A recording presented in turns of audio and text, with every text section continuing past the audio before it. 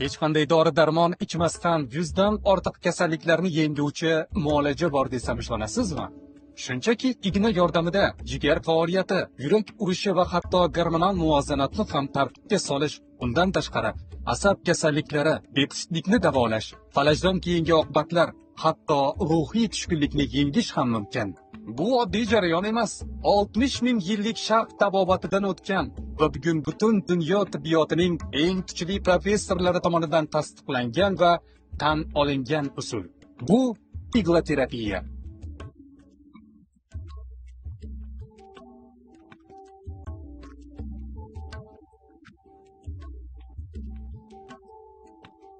Insultdan keyingi falaj holatida bemorni biron bir boshqa muolaja igloterapiya kabi tez o'rnidan turgizolmaydi.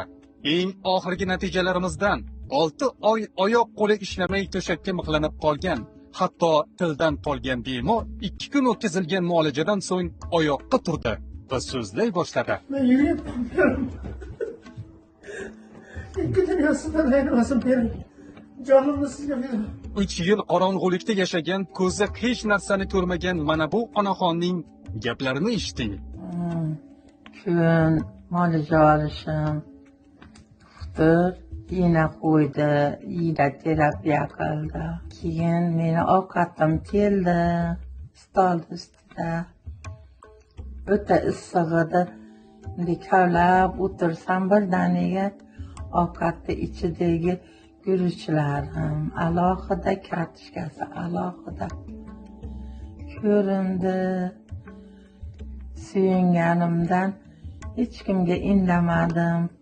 Bel, bo'g'in, umurtqa churrasi, erkak va ayollardagi yuqumli va yuqumsiz jinsiy kasalliklar, qon bosimi o'zgarib, boshi surunkali og'riydigan bemorlar, o't qopi va jigar xastaliklari, gemoroy kabi yo'g'on ichak kasalliklari, prostata bezlari shamollashini davolashda hech qanday nojo'ya ta'sirga ega bo'lmagan igloterapiya eng ishonchli va sinalgan davolash usulidir.